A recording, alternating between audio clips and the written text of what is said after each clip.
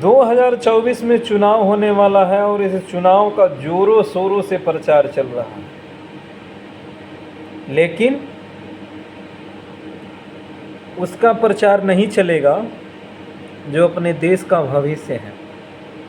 उसका प्रचार नहीं चलेगा जो शिक्षा का स्तर कहाँ था अब कहाँ चला आया।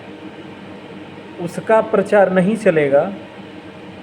रोजी रोटी, कपड़ा, मकान, शिक्षा, स्वास्थ्य, आत्मसम्मान को जो लोग गुमराह कर रहे हैं, इसको उजागर नहीं किया जाएगा। उजागर क्या किया जाएगा? सिर्फ और सिर्फ नेताजी एक नंबर पे रहेंगे अपने देश में, उन्हीं का प्रचार करेंगे, प्रसार करेंगे, उनका सब कुछ करेंगे। लेकिन अपने देश में आखिरकार कमी किसकी है? कमियां जानते हो कहाँ हैं? कमियां सिर्फ जनता की है। अगर जनता जिस दिन अपना वोट का पावर दिखा दे, उस दिन जो नेता है ना, उन लोगों को समझ में आ जाएगा। लेकिन जनता दिखाती कहाँ? कोई जनता अपना पावर, वोट का पावर नहीं दिखाता। और ख़ास तौर पे बात ये है, ख़ास तौर पर बात ये है कि जो अपना बोलने का अधिकार है, जो अपना विचार है, उसको लोग अपने ही अंदर उसकी आत्महत्या कर रहे हैं। किसी के सामने बोलने में डर रहे हैं, किसी के सामने अपनी पूरी मजबूती से जो उनकी पीड़ा है, दुख है, दर्द है, वो भी बोलने में उनको तकलीफ़ हो रही है। क्यों? क्योंकि अगर जैसे ही वो बोलेगा, उसको तुरंत फर्जी FIR दर्ज करवा करके उसको भीतर डाल दिया जाएगा। लोग इसी से अपने हक और अधिकार की बात नहीं करते हैं। पहली बात, गांव से ही ले लेते हैं कि गांव में चलता क्या है। गांव में जब बच्चा छोटा रहता है, जब उसको पढ़ाने की बारी आती है, पैसे, जो बैकग्राउंड के अच्छे लोग नहीं होते हैं, पैसे की कमी होती है, तो उन बच्चों को करते क्या है, प्राइमरी स्कूल में भेज देते हैं। और प्राइमरी स्कूल की सच्चाई हर इंसान को पता होती है, हर एक आदमी को पता होता है कि प्राइमरी स्कूल में क्या व्यवस्था होता है, क्या फैसिलिटी होती है, क्या उसमें खान पान, रहन सहन का प्रावधान है। ये हर बात से सभी लोग अवगत रहते हैं, लेकिन फिर भी गांधी जी के 3 बंदर बने रहते हैं। पहली बात ये है कि अगर कोई आवाज़ भी उठाता है तो गांव में इतना षड्यंत्र रच देंगे, इतना राजनीति कर देंगे कि आवाज़ को तुरंत दबा देंगे। कहेंगे कि सबसे बहुत बड़ा नेता हुआ है, नेता हो रहा है, नेता हुआ है वो।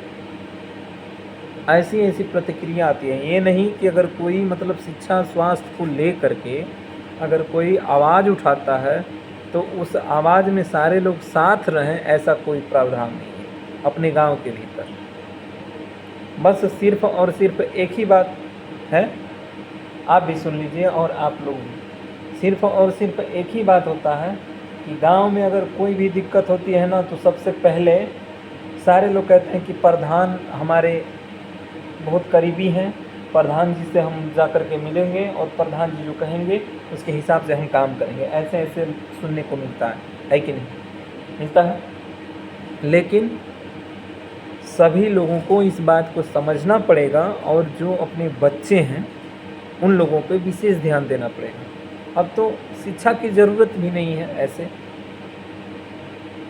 क्योंकि बच्चे भी इतना ज़्यादा शिक्षित हो रहे हैं, क्योंकि अपने माता पिता को ही भूल जा रहे हैं कि जिस माता ने हमें जन्म दिया, आज हमने पढ़ लिख करके वो कामयाबी हासिल की या ना की, वैसे फ़र्क नहीं पड़ता, लेकिन माता और पिता को दंड देना वो जरूरी समझते हैं। जिन लोगों से उस व्यक्ति को, उस बच्चे को दुनिया देखने को मिलता है, ऐसा वो आने वाले टाइम पे बच्चा कर देता है कि अपने घर से ही मुख मोड़ लेता है। कैसे कैसे माता पिता पढ़ाते हैं, कौन सी अवस्था होगी, खाने को होगा नहीं होगा। ऐसे ऐसे लोग हैं अभी जो काला हांडे से आते हैं भाई साहब, जिसके घर में अभी बिजली नहीं है, बिजली नहीं है जिसके घर में, ऐसे ऐसे लोग आज भी मौजूद हैं। ऐसे ऐसे लोग हैं जो 20 रुपए पे काम करते हैं, आज भी वो अपना देश है ये। 20-20 रुपए में काम करने वाले आज भी मौजूद हैं लोग।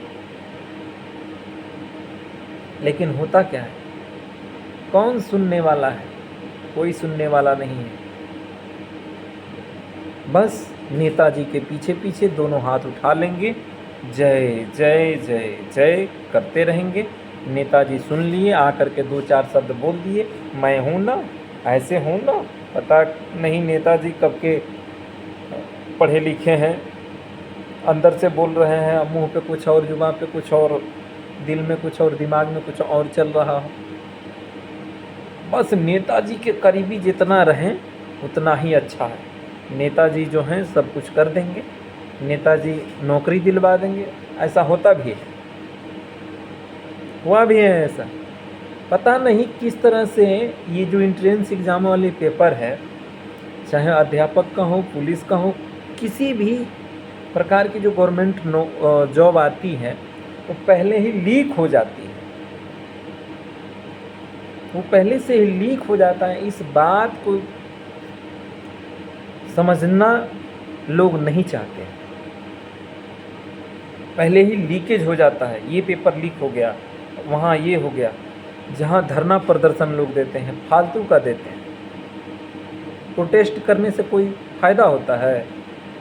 अपने इंडिया का कोई भी नुकसान लोग पहुंचाते हैं, उससे क्या फ़ायदा हो जाएगा? कोई होगा फ़ायदा? फ़ायदा होता है तो बता दो। अरे अपना जो पावर है वो पावर दिखा दो, सब कुछ सुधर जाएगा।